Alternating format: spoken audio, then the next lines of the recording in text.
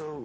in terms of, I mean, obviously you've dealt a lot with the Muslim issues, and I think we're all curious, you know, how bad is the situation, given that you've been involved in Muslim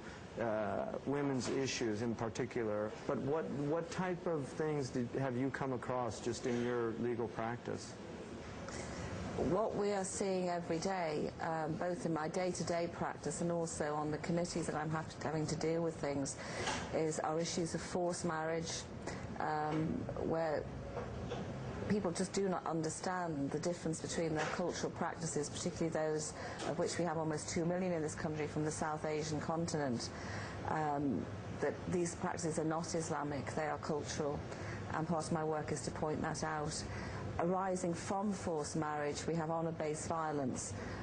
girls who are killed because they are trying to breach those cultural practices, either trying to run away from forced marriage or being within a forced marriage which has led to violence, trying to escape it. We have huge problems, one would have to say, in the United Kingdom of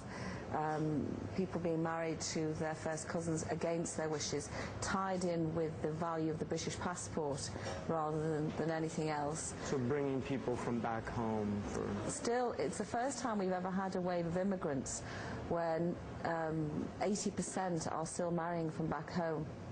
That has very large socio-economic and educational difficulties because the community here, because they're continuing to marry, mostly, if we're talking about the Pakistani community from Mirpur, which I have visited, which is a very particularly poor part of Pakistan, where the current rates of literacy are only 3% for women and 35% for men. So if you're continuing to bring in spouses with that lack of education, it has big impacts on